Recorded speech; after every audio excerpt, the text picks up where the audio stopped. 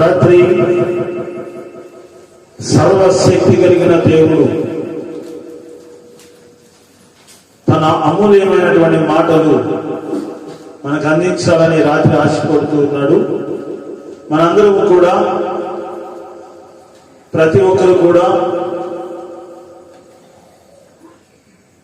మన హృదయాలను దేవునికి అప్పగిద్దాం. మన హృదయాలను దేవునికి అప్పగిద్దాం. మన మనసును దేవుని సన్నిధిలో ఉంచుదాం.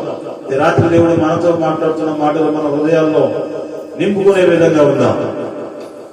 సంఖ్యాకాండం 27వ అధ్యాయము, సంఖ్యాకాండము 27వ అధ్యాయము 15-16 వచనాలు చూద్దాం. అప్పుడు మోషే యెహోవాతో ఇట్లనెను, యెహోవా సమస్త మానవుల ఆత్మలకు దేవా, యెహోవా సమాజము కాపరలేని గొర్రెల వలె ఉండకుండునట్లు ఈ సమాజం మీద ఒకరిని నియమించము. అతడు వారి ఎదుట వచ్చుచూ పోచు ఉండి వారికి నాయకుడుగా ఉన్నట్టుకు సమర్థుడై ఉండవలను. ప్రార్థన చేస్తున్నాం. స్తోత్రాలు నాన్న, స్తోత్రాలయ్యా. ఈ రాత్రి దేవా ఇప్పటి వరకు కూడా మాకు తోడు నడిపించారు. మరి ఈ సమయ వాక్య దినంలో తింటుండగా నాతో మా అందరితో కూడా మాట్లాడండి. లైవ్ లో ఉన్న ప్రతి బిడ్డతో కూడా మాట్లాడండి అయ్యా. ఈ రోజు దేవా ఏ వాక్యం మాకు కావలసి ఉన్నదో నువ్వు ఎరిగిన దేవుడు కాబట్టి ఆత్మీయ ఆహారాన్ని, బలమైన ఆత్మీయ ఆహారాన్ని మాకు అనుగ్రహించమని తండ్రి. సంతోషముతో ఆనందంతో ఇంటి తిరిగి వెళ్ళే కృపను అనేతను ప్రతి ఒక్క బిడ్డకు మీరు అనుగ్రహించి మీరే మహిమపడండి. అజుడైన యేసుక్రీస్తు ఘనమైన నామములో మీకు అడిగి ప్రార్థించి వేడుకున్నాం తండ్రి. ఆమేన్. హల్లెలూయా. మంచిది ప్రియ దేవుని బిడ్డలారా, ఈ రాత్రి దేవుడు మనతో మాట్లాడుతున్నాడు. కాపరలేని సమాజము కాపరలేని గొర్రెల వలె ఉండకున్నట్లు ఈ సమాజం మీద ఒకరిని నియమించుము అంటున్నాడు. ప్రియా దేవుని బిడ్డలారా, సమాజానికి ఒక కాపరి కావాలి. అతను వచ్చుచూ పోవచ్చు వారికి నాయకుడిగా ఉండి సమర్థంగా వారిని నడిపించేవాడై ఉండాలి. నాయకుడు అనేవాడు ఎలా ఉండాలో ఈ రాత్రి దేవుడు మనతో మాట్లాడుతున్నాడు. ఒకవేళ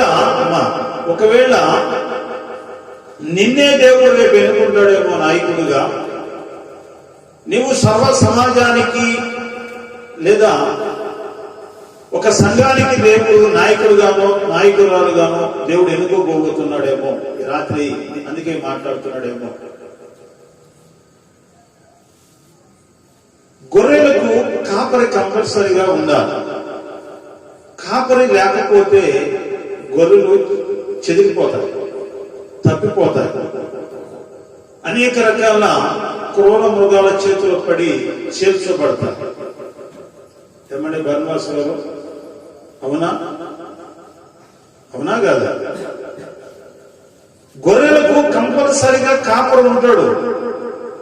కాపరి అనేవాడు ఎలా ఉండాలి అంటే ప్రాణం పెట్టేవాడుగా ఉండాలి. ఆ గొర్రెల మీదకు క్రూర మృగాలు దాడి చేయొచ్చు.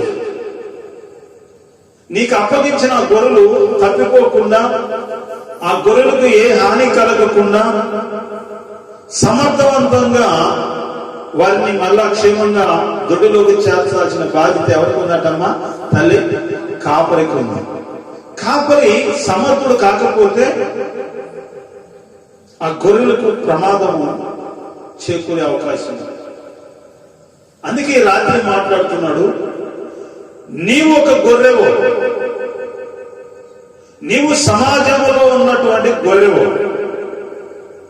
నీకు కాపరిగా ఉన్నవాడు సరైన వాడు కాకపోతే, అమ్మా కాపరి అనేవాడు సమర్థుడు కాకపోతే ఆ గొర్రెలు ప్రమాదంలో పడే అవకాశము ఉంది. కాపరే లేకపోతే చల్లా చెదురవుతాయి. ఒకవేళ గొర్రెలు బలహీనంగా ఉంటే ఆ బలహీనతలో ఉన్న గొర్రెను సరైన సమయంలో వాటికి చికిత్స అందించేవాడు కాపరి. ఒకవేళ గొర్రెలు ఈయన మోసిన ఈయన గొర్రెలు ఉంటాయి, వాటిని మెల్లగా నడిపించేది కాపరి. గొర్రెలు కూడా హుషారు గొర్రెలు ఉంటాయి, కొంచెం మెతక గొర్రెలు ఉంటాయి, అందులో మళ్ళా పొడిసే గొర్రెలు కూడా ఉంటాయి. అలాగే అప్పుడే ఈయన గొర్రెలు ఉంటాయి. మరి ఆ గొర్రెలు ఎట్టబడితే ముందు మంచి ఆరోగ్యం కలిగిన గొర్రెలు చూడటం దీన్ని కూడా చూడలేము.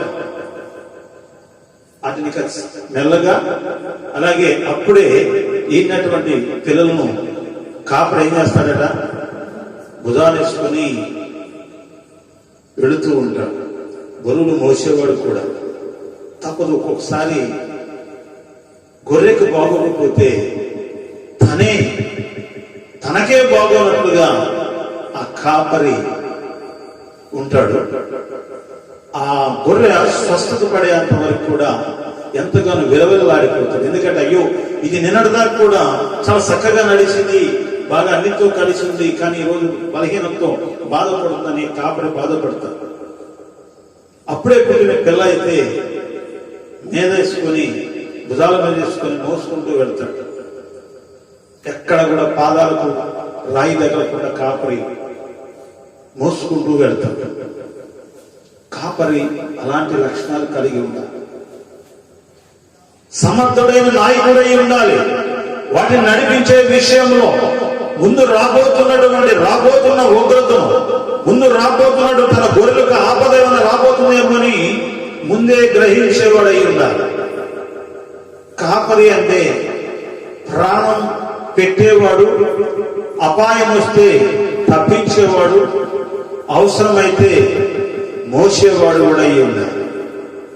అంతేగాని ఏ కాపరి పడితే ఆ కాపరి దగ్గర ఉంటే గొర్రె ప్రమాదంలో పడే అవకాశం ఉంది. కాపరి మంచివాడు, సమర్థుడైతే ఆ గొర్రెలకు ఏ ఇబ్బంది, ప్రమాదం ఉండదు. కావలసిన బలమైన ఆహారం పెడతాడు. ఎందుకంటే నా గొర్రెలు బలంగా ఉండాలా, నా గొర్రెలు పుష్టిగా ఉండాలి, నా గొర్రెలకు కావలసిన మేత ఎక్కడుందో ముందే తెలుసుకుంటాడు. దానికి కావలసిన ఆహారం, బలమైన ఆహారం ఆ కాపరి చూస్తాడు, సమర్థుడైన వాడు. అదే సోమరిపోతి కాపరి అయితే ఏం చేస్తాడు, నాకెందుకు, నా కడుపు నిన్ను తెచ్చుకోవాలనుకుంటాడు. అందుకే ఈ రాత్రి దేవుడు అంటున్నాడు, సమర్థుడైన నాయకుడు ఎలా ఉండాలి. అక్కడ మాటలు రాయబడినాడు. మోషే అడుగుతున్నాడు దేవుడు చెప్తున్నాడు మోషేతో, మోషే నీవు కనాను దేశాన్ని చూడు గాని అందులో మాత్రము నువ్వు ప్రవేశించు. ఈ ప్రజలు నీరు అడిగినప్పుడు నీవు నన్ను పరిశుద్ధపరచాల్సిన, నీవు పరిశుద్ధపరచలేదు కాబట్టి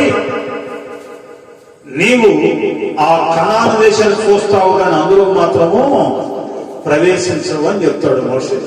అప్పుడు మోషే అంటాడు, ఈ కాపరి, ఇప్పుడు నేనున్న నాయకుడిగా వీళ్ళు నడిపించే కాపరిగా ఉన్నాను, మరి వీళ్ళు ఇప్పుడు నేను అక్కడికి వెళ్ళను, మరి వీళ్ళ పరిస్థితి ఏంటి?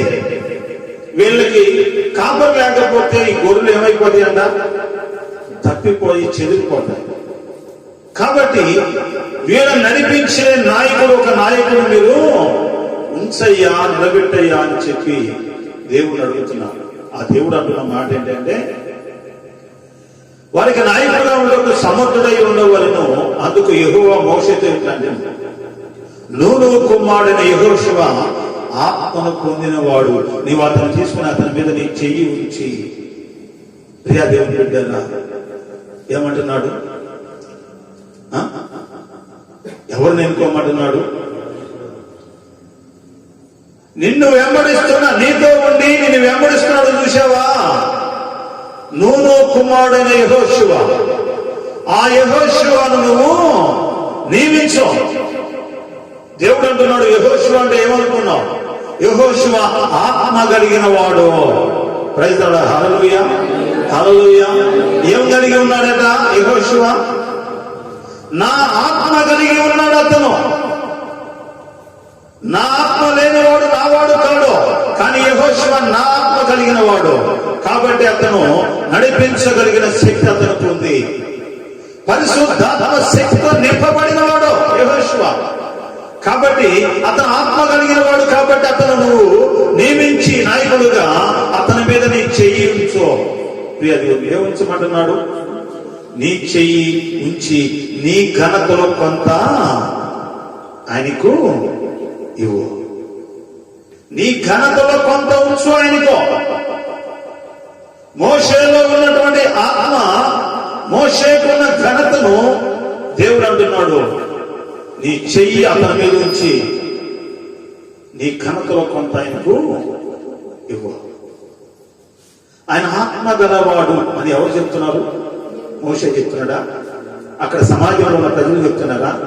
లేదా, దేవుడే యెహోషువ గురించి సాక్ష్యం చెప్తున్నాడు.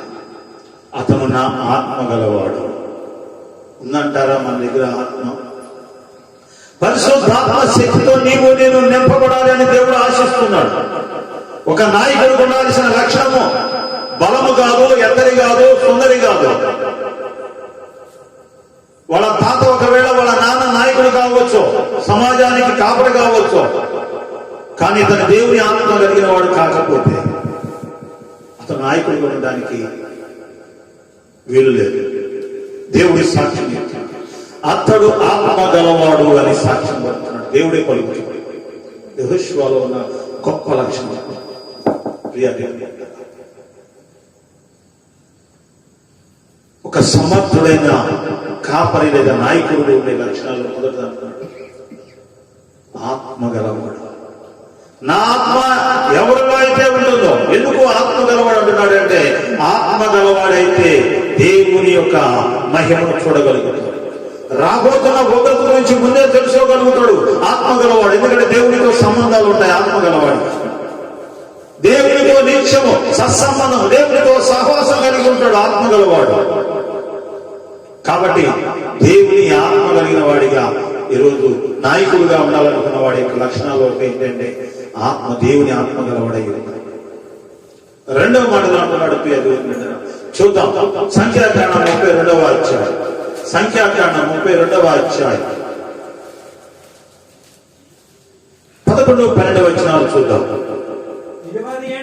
20 ఏళ్ళు మొదలుకొని పై ప్రాయం కలిగి ఐగుప్తు దేశంలో నుండి వచ్చిన మనుషులలో పూర్ణ మనస్సుతో యెహోవాను అనుసరించిన కెనజీయుడకు యెఫున్నె కుమారుడైన కాలేబును, నూను కుమారుడైన యెహోషువయు తప్ప మరి ఎవడును పూర్ణ మనసుతో నన్ను అనుసరింపలేదు గనక నేను అబ్రహాము, ఇస్సాకు, యాకోబులకు ప్రమాణపూర్వకంగా ఇచ్చిన దేశమును వారు తప్ప మరి ఎవరును చూడని ప్రమాణం చేసిను. హల్లెలూయా. దేవుడు సెలవిస్తున్నాడు. యెహోషువ గురించి సాక్ష్యం పలుకుతున్నాడు. యెహోషువ ఎలాంటి వాడట? పూర్ణ మనస్సు కలిగిన వాడు. యెహోషువ అంటాడు, మీరు ఎవరెవరిని సేవిస్తారో నాకు తెలియదు, కానీ నేను నా కుటుంబం మాత్రము యెహోవానే సేవిస్తామని ధైర్యంగా సాక్ష్యం చెప్తున్నాడు. అదే పూర్ణ మనస్సు. ఈరోజు పూర్ణ మనస్సు మన దగ్గర ఉందంటారా? చంచలమైన మనస్సు మన దగ్గర ఉంది. ఈ మాట ఉంటున్న సహోదరి సహోదరుడా, నువ్వు ఏ మనస్సు కలిగి ఉన్నావు? కష్టాలు వస్తే దేవుని దగ్గరికి వస్తావు, సంతోషం అంటే లోకంలో కలుస్తావు. సగం భక్తి, సగం లోకం. మనిషి ఇక్కడే ఉంటావు, మనస్సుని ఎక్కడో ఉంటుంది. దేవుని వెంబడించేటప్పుడు పూర్ణ మనసుతో మనం వెంబడించగలిగితే మన జీవితంలో ప్రియ దేవుని బిడ్డలా దేవునికి నమ్మకం కలుగుతుంది మన మీద. దేవుని వెంబడిస్తున్న నీ జీవితం ఎలా ఉండాలి అంటే, దేవుని మీదే నువ్వు ఆనుకొని ఉండాలా.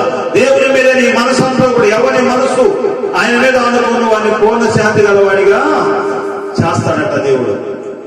ఎవరి మనసు అయితే ఆయన మీద ఆనుకుంటుందో, సర్వశక్తి కలిగిన దేవుని మీద ఎవరి మనసు ఆనుకుని ఉంటుందో వానికి పూర్ణ శాంతి అంటే ఎప్పుడు నెమ్మది, ఆనందమే ఉంటుంది. ఏమా అవునా? సగమేమో లోకం, భక్తే దేని దాన్ని. డబ్బు మాత్రం ఆగడానికి లేదు. డబ్బు కొరకు ఎంత కష్టపడతామో, కానీ భక్తి కాడికి వచ్చినప్పటికీ ఉండదు. మనకు పూర్ణ శాంతి, ఆనందము, సంతోషం మునగపోవడానికి కారణం ఏంటంటే దేవుని వెంబడించే విషయంలో సంపూర్ణంగా మనము అప్పగించుకోలేకపోతున్నాం. దేవుణ్ణి అనుకరిస్తున్నాము అనుకుంటున్నాం, కానీ సగము భక్తితో మాత్రమే అనుసరిస్తున్నాం. కానీ యెహోషువ అలా కాదు. పూర్ణ మనస్సుతో, పూర్తిగా సంపూర్తిగా దేవుని మీదే ఆధారపడి మనసంతా కూడా ఆయన మీదే ఆనుకునే విధంగా చేసుకున్నాడు. కాబట్టి దేవుడు సాక్ష్యం ఇస్తున్నాడు, ఆయన పూర్ణ మనసుతో నన్ను అనుసరిస్తున్నాడు అంటున్నాడు. ఎందుకు ఈ మాట సెలవిస్తున్నాడు అని అంటే, ఒకరోజు ప్రియా దేవుని బిడ్డలారా, ప్రజలందరూ ఒక పక్షంగా ఉన్నారు. అంటే సర్వ సమాజంలో కనాను దేశాన్ని చూసి రావడానికి 12 మందిని పంపించాడు దేవుడు. మోషేకి చెప్తున్నాడు, 12 గోత్రాల నుంచి గోత్రాలకు ఒకళ్ళు పంపి కనాను దేశము చూసి రమ్మని, ఆ దేశం ఎలా ఉందో వాళ్ళు వెళ్ళి చూసి రమ్మని అన్నాడు. 12 మంది గోత్రాల్లో 12 మంది వెళ్ళారు. అందులో కాలేబుడు, యెహోషువకుడు, మిగతా వాళ్ళు 10 మంది ఏమో సమాచారం తెచ్చారు మామూలుగా. కానీ పూర్ణ మనసుతో ఉన్న కాలేబు, యెహోషువ మాత్రము దేవుని మహిమపరిచే విధంగా, దేవుని ఘనపరిచే విధంగా అక్కడ మాట్లాడుతున్నారు. అందుకే దేవుడు ఇతను పూర్ణ హృదయంతో నన్ను అనుసరిస్తున్నాడు, ఇతని మనసంతా కూడా నా మీదే ఉంది, కాబట్టి ఇతడు నాయకుడుగా ఉండడానికి నేను ఇష్టపడుతున్నాను అంటున్నాడు. ప్రైజ్ ది లార్డ్, హల్లెలూయా. దేవుని వెంబడిస్తున్న నీ జీవితము కూడా పూర్ణ మనసుతో దేవుని వెంబడించు, లేదా లోకంలోకి వెళ్ళు, ఏం పర్లేదు. ఎవరు కావాలి? ఉంటే ఎచ్చగానే ఉండు, లేదా చల్లగా ఉండు. నులివెచ్చని స్థితి నీకు మంచిది కాదు. దేవుని వెంబడిస్తున్న నీవు నులివెచ్చని స్థితిలో దేవుని సన్నిధికి రావద్దు. ఉంటే ఉండవు లోకంలో, దేవుడిని ఏమైనా రమ్మంటలేదు. కష్టాలు వస్తే, బాధలు వస్తే దేవుని దగ్గరికి వస్తావు, మళ్ళా వెళ్తావు లోకంలోకి బాగా ఉన్నప్పుడు. కానీ యెహోషువ అలా కాదు. సమర్థుడైన నాయకుడుగా కావాలి. ఆత్మ కలిగిన యెహోషువను ఎన్నుకో, నేర్పించు. ఎందుకు ప్రభువా? ఏంటంటే యెహోషువలో మోషేని వెంబడిస్తున్నప్పుడు మోషేకు తెలుసు. మోషేకు తెలీదా? అన్ని సంవత్సరాలు వెంబడిస్తున్నటువంటి శిష్యరికం చేసినటువంటి మోషేకు తెలుసు. కానీ మోషే ఎందుకు అనే ఆలోచనతో ఉన్నాడు. దేవుడు చెప్తున్నాడు, అతను ఆత్మ గలవాడే, అందరిలాంటి వాడు కాదు. అందరూ లోకాన్ని అనుసరిస్తారు, కానీ ఇతను ఆత్మ కలిగిన, నా ఆత్మ ఇతనిలో ఉంది, ఇతను మనసంతా కూడా నా మీదే ఆనుకుని ఉంది. కాబట్టి ఇతడు సమర్థుడైన నాయకుడు.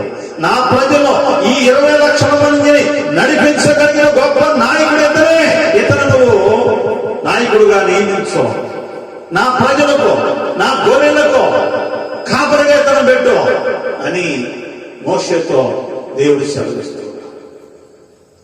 నీవు నేను దేవుని వెంబడించేటప్పుడు మన మనసంతా కూడా పూర్ణ మనసుతో సంపూర్ణంగా మనం ఆయనకి అప్పగించుకునే వారిగా ఉన్నప్పుడు దేవుని వింటారా?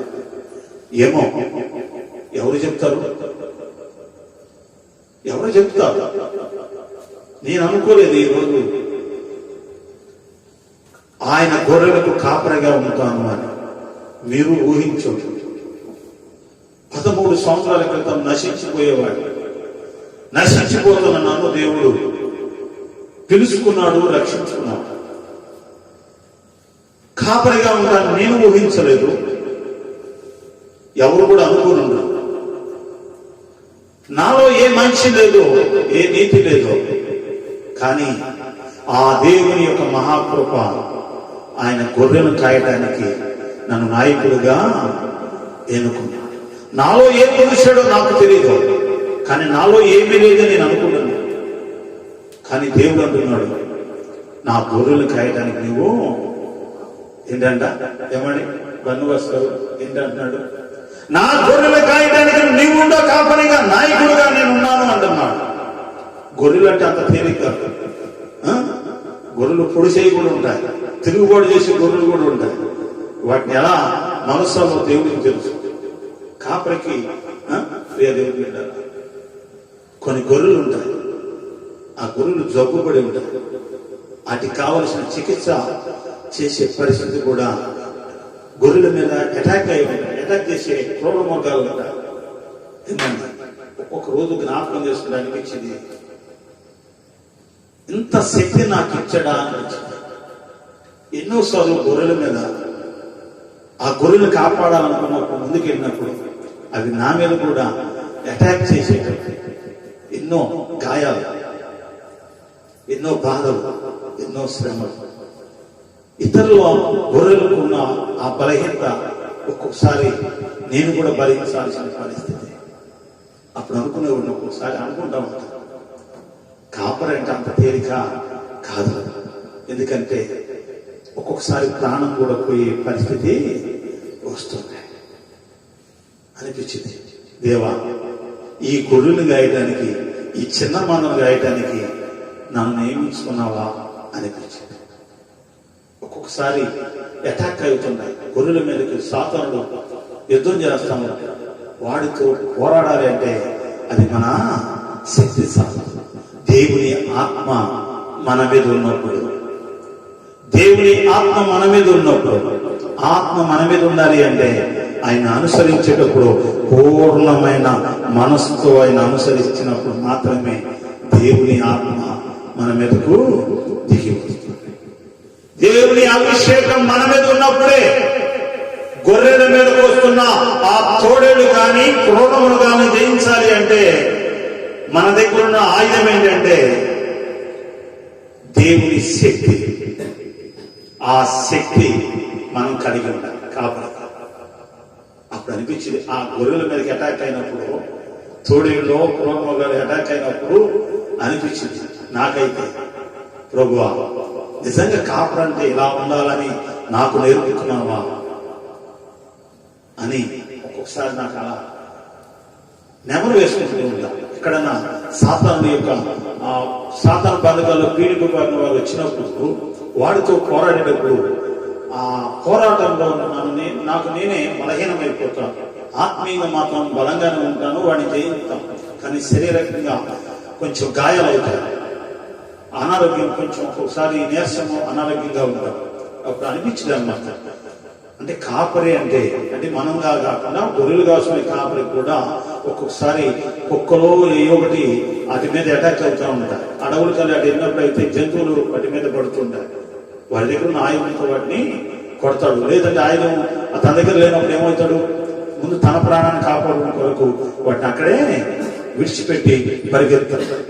ఆయుధం కంపల్సరీగా ఉండాలి. ఆయుధం లేకపోతే కాపరి వేటిని కూడా జయించలేడు, ఏ గొర్రెను కూడా కాపాడలేడు. ఆయుధం కావాలి. ఏంటి ఆయుధం అంటే దేవుని ఆత్మ, దేవుని అభిషేకం, దేవుని శక్తి. ఏ కాపరి చేతిలో అయితే ఉంటుందో ఆ కాపరి కింద ఉన్న గొర్రెలకు ఏ అపాయము కూడా కలగకుండా కాపాడుతాడు. అవసరమైతే తన ప్రాణమైన పెడతాడు. ప్రియ సహోదరి, యెహోషువ గురించి అంటున్నాడు, ఇతను సమర్థుడయ్యా. నీవు ఎంత సమర్థుడువో నీ కింద ఉన్న నిన్ను వెంబడిస్తున్న యెహోషువ కూడా అంత సమర్థుడో, గొప్పవాడు. కాబట్టి ఇతను నియమించు. ఏంటి ప్రభువా, ఆత్మ కలిగిన వాడైతే మాత్రం, నిన్ను పూర్ణ మనస్సు కలిగిన వాడైతే మాత్రం ఏంటి అంట, ఏది కాయలో ఏమున్నాయని అడుగుతుంటే దేవుడు అంటాడు, ఏమయ్యా మోసే, ఏమనుకున్నావు?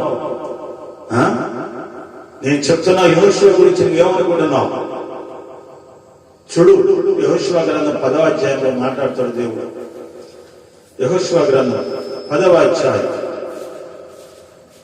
12వ వచనంలో, యెహోవా ఇశ్రాయేలు ఎదుట అమోరీయులను అప్పగించిన దినమున ఇశ్రాయేలు నిలుచుండగా యెహోషువ యెహోవాకు ప్రార్థన చేసెను. సూర్యుడా నీవు గిబియోనులో నిలువుము, చంద్రుడా నీవు అయ్యాలోను లోయలో నిలువుము. చంద్రుడు తమ శత్రువుల మీద పగ తీర్చుకున్న వరకు సూర్యుడు నిలిచెను, చంద్రుడు ఆగెను.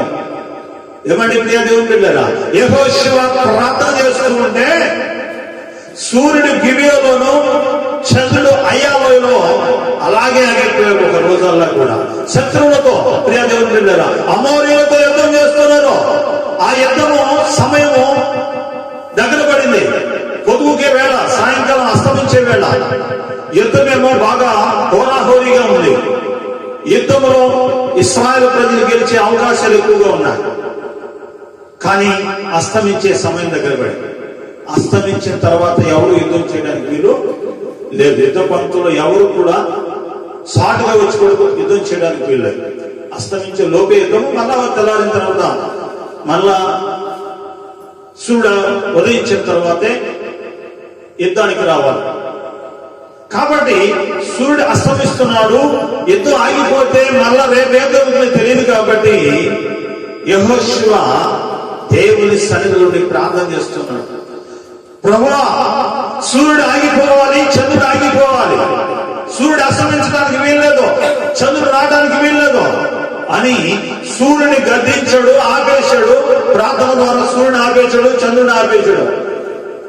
ఇంకా మధ్యాహ్నం అలాగే ఉండిపోయింది. సమయం ఏమో చాలా అయినట్టుంది, కానీ పొదుగు గట్ల అస్తమించడం లేదు. యుద్ధంలో దేవుని బిడ్డలు ఇశ్రాయేలు ప్రజలు, యెహోషువ సమాజమే యుద్ధంలో గెలిచింది. మోషేతో దేవుడు చెప్తున్నాడు, ఏమయ్యా, నేను ఎన్నుకున్న నాయకుడు అంటే పిచ్చితనంగా ఏం లేడు. నేను నియమించిన సమర్థమైన నాయకుడు యెహోషువ ఎలాంటి వాడు అనుకున్నావు? సూర్య చంద్రులను ఆపగలిగిన ప్రార్థనా వీరుడు. ప్రార్థనా వీరుడు అతను. దేన్నైనా ఆపే శక్తి అతనికి ఉంది. అలాంటి వాడిని కాబట్టి నేను నీ తర్వాత ఈ సర్వ సమాజాన్ని నడిపించడానికి నాయకుడుగా నేను ఎన్నుకున్నాను అని దేవుడి సెలవిస్తున్నాడు. నాయకుడుగా ఉండాల్సిన లక్ష్యం ఏంటంటే, సమాజంలో ఒక్కొక్కసారి యుద్ధాలు చేసే సమయం వచ్చినప్పుడు ఆ యుద్ధంలో మనం కాదు యుద్ధం చేసేది, దేవుడే యుద్ధం చేయాలి. దేవుడే యుద్ధం చేయాలి అంటే అక్కడ కత్తి చేత చచ్చిపోయిన వాళ్ళకన్నా కూడా వడగన్న చేత చచ్చిపోయిన వాడు ఎక్కువ అంటారు. అంటే దేవుడు ఇశ్రాయేలు ప్రజలు యుద్ధం చేసినప్పుడు కత్తి చేత చచ్చిపోయిన వారి కన్నా కూడా దేవాది దేవుడు వడగళ్ళు పంపించి అనేక మంది చంపేశాడట. హల్లెలూయా. దేవుని సన్నిధిలో ప్రార్థన అనుభవం. ప్రార్థన చేస్తే దేవుడే వడగళ్ళు పంపించి శత్రువును చంపేశాడు. సూర్య చంద్రులు ఒక దినము సూర్య చంద్రులు ప్రకాశనీయకుండా, అస్తమించకుండా ఆపేసే శక్తి ఉంది యెహోషువలో. అంత ప్రార్థన విన్నా. మనకు ఉండాల్సిన సమర్థుడైన నాయకుడిలో ఉండే లక్షణాలు ఏంటంటే, అతను నిత్యము ప్రార్థనా పరుడై ఉండాలి. ప్రార్థనా పరుడు కాకుండా సమాజాన్ని గొర్రెలు కాయాలి అంటే యుద్ధం చేసే ఒక్కొక్కసారి యుద్ధం చేయాల్సిన పరిస్థితి వస్తే ఆ యుద్ధంలో నువ్వు గెలవాలి అంటే ప్రార్థనా శక్తి ఉండాలి. ప్రార్థనా వీరుడై ఉన్నప్పుడే ఆ శత్రువుల ఎదుట నిలబడగలుగుతాం, ఆ శత్రువుల్ని జయించగలుగుతాం. శత్రువైనటువంటి సాతానుడు అనేక మందితో యుద్ధానికి వస్తాడు, మన మీదను, మన సమాజం మీదను, గొర్రెల మీదకు.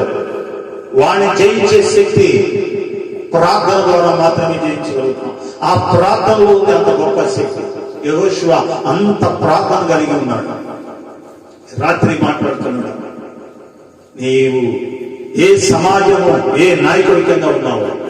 నీ నాయకుడు ప్రార్థనా పరుడైతే, నీ నాయకుడు పూర్ణ మనసుతో దేవుడు వెంబడించేవాడైతే, నీ నాయకుడు ఆత్మ కలిగిన వాడైతే ప్రశాంతంగా, గొర్రెవైన నువ్వు ప్రశాంతంగా నిద్రపోవచ్చు. ఏం పర్లేదు, నీకేమీ కాదు. ఎందుకంటే ఆ నాయకుడు చూసుకుంటాడు యుద్ధం. ఆ నాయకుడు చూసుకుంటాడు. దేనైనా పేరు ఆ కాపురి చూడగలుగుతున్నాడు. అదే చివరిగా నా మాటలు ముగిస్తున్నాను. సంఖ్యాకాండం 14వ అధ్యాయంలో మనం చెప్తున్న రీతిలో దేవుని బిడ్డగా కనాను దేశానికి వెళ్ళినటువంటి ఆ 12 మంది వారిలో 10 మంది ఏమో చెడ్డ సమాచారం చెప్తే వాళ్ళు అంటారు, అయ్యో అక్కడ ఎత్తరగలిగిన వారు. ఎలాంటి వారు అంటే వాళ్ళు ఎత్తరగలిగిన వాళ్ళు, అనాథులు, వంశపు వాళ్ళు బలవంతులు. వాళ్ళ దృష్టికి మేము మిడతలాగా ఉన్నాం, మా దృష్టికి మేమే మిడతల వలె ఉన్నాము. ఏమండి ఏమంటే బర్ణమాస్ గారు ఏమంటున్నాడు, వాళ్ళు ఉన్నటువంటి ప్రజలు, అక్కడ ఉన్నటువంటి ప్రజలందరూ చూసి, ఆ దేశంలో ఉన్నటువంటి ప్రజలు చూసి, వీళ్ళు బాగా ఎత్తరగలిగిన వాళ్ళు, బలవంతులు, మనమేమో చిన్నవారిగా ఉన్నాం, మిడతల వలె ఉన్నాం. వాళ్ళ దృష్టికి మన దృష్టికి మనమే మిడతలాగా ఉన్నాం, వాళ్ళ దృష్టికి కూడా మిడతలాగే ఉన్నాం. కాబట్టి ఆ దేశాన్ని మనం జయించలేము అంటున్నారు 10 మంది. కానీ కాలేబు, యెహోషువ అంటున్నారు, లేదు 14వ అధ్యాయంలో ఆ మాటలు ఇందాక 12వ వచనంలో, 13వ అధ్యాయంలో చివరిలో ఆ మాటలు రాయబడి ఉన్నాయి. 14వ వచనంలో చూడండి, 6, 7, 8 వచనాలు చదువుకొని ముగిద్దాం. మోషే అహరోను ఇశ్రాయేలు సర్వ సమాజ సంఘం ఎదుట సాగిలపడి, అప్పుడు దేశమును సంచరించి చూసిన వారిలో నిన్న నూను కుమారుడు యెహోషువయు, యెఫున్నె కుమారుడు కాలేబును బట్టలు చింపుకొని ఇశ్రాయేలుల సర్వ సమాజంతో, మేము సంచరించి చూసిన దేశం మిక్కిలి మంచి దేశము, యెహోవా మన యందు ఆనందించిన ఎడల ఆ దేశంలో మనల్ని చేర్చి దాన్ని మనకిచ్చును. అది పాలు తేళ్లు ప్రవహించు దేశము. మెట్టుకు మీరు యెహోవా మీద తిరగబడకుడి, ఆ దేశ ప్రజలకు భయపడకుడి. వారు మనకు ఆహారం అగుదురు, వారి నీడ వారి మీద తొలగిపోయాను. యెహోవా మనకు తోడై ఉన్నాడు, వారికి భయపడకుడి అని ఏమంటున్నాడు యెహోషువ చెప్తున్నాడు. ఆ దేశము పాలు తేళ్లు ప్రవహించే దేశం, వారికి భయపడద్దు. మన వెనకున్న, మన ముందున్న దేవుడు శక్తి కలిగిన వాడు. వారు మనం ఏం చేయలేరు, వారే మనకు ఆహారం అయిపోతారు. కాబట్టి దేవుడి మీద తిరుగుబాటు చేయొద్దు. మీరు ఎందుకు చెడ్డ సమాచారం చేస్తారు అని యెహోషువ కాలేబు చెప్తున్నారు. బట్టలు చింపుకున్నారు, చెడ్డ సమాచారం చెప్తున్నారు 10 మంది. ఎందుకులా మీరు భయపడతారు? వాళ్ళు ఎంత ఎత్తుగలిగిన వాళ్ళైతే మనకెందుకు, వాళ్ళు ఎంత బలవంతులైతే మనకెందుకు? మనం ఊరకనే నిమిషం చూద్దాం, మన పక్షంగా యుద్ధము దేవుడే చేస్తాడు. ధైర్యం కలిగిన వ్యక్తి మంచి సమాచారం తెచ్చి ధైర్యాన్ని నింపుతున్నాడు సర్వ సమాజంలో. ఒకవేళ సమాజంలో నాయకుడు ఎలా ఉండాలి అంటే, ఒకవేళ బలహీనతో బిడ్డ బాధపడుతున్నా, సమస్యలు కష్టాల్లో గొర్రె ఉన్నా, ఆ గొర్రెను ఏం చేయాలట? ఏం చేయాలి? ధైర్యపరచాలి. ధైర్యపరచలేదు అనుకో, ఏదో ఈ రోగం ఇలా ఉందన్నా అనుకో, మా ఆత్మీయ తండ్రి అనేవాడు, ఏంది అది నేనేం చేసింది? రష్య గారు అనేవాడు, అది నేనేం చేసింది? పిచ్చిదా? అది పిచ్చోడు, దానికి భయపడతాను కదా. ఎందుకనంటే కాపురలోని లక్షణం అది. అది ఎంత రోగమైన కాదు, అది ఎంత కష్టమైన కాదు. గొర్రె చిన్నదాన్ని అద్దంలో చూసినప్పుడు చిన్న సమస్య పెద్ద సమస్యగా కనపడుతుంది. కాబట్టి కాపుర ఏం చేయాలంటే, అది పెద్ద సమస్య, కానీ ఆ వ్యక్తిలో భయాన్ని పోగొట్టడం కొరకు ధైర్యపరచాలి. అక్కడ ఉన్న నెపోలియన్లు ఎత్తరగలిగిన వాళ్ళే, బలవంతులే, కానీ కృంగిపోకూడదు. వాళ్ళని చూసి కృంగిపోకూడదు. రోగాన్ని చూసి, కష్టాలను చూసి మనం కృంగిపోకూడదు.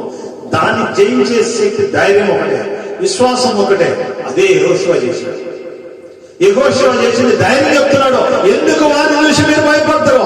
వారే మనకు ఆహారం కాబోతున్నారు. అదే కాపర్లో ఉంది మరొక గుణ లక్షణం. కష్టాలు వచ్చినప్పుడు నువ్వు పోతావేమో, రోగం వచ్చి నువ్వు చచ్చిపోతావేమో అన్నావు అనుకో, రోగం జ్వరమే. ఒక వ్యక్తి జ్వరంతో బాధపడుతున్నప్పుడు ఆ వ్యక్తి ఏం చేయాలక్క? ఏం చేద్దాం?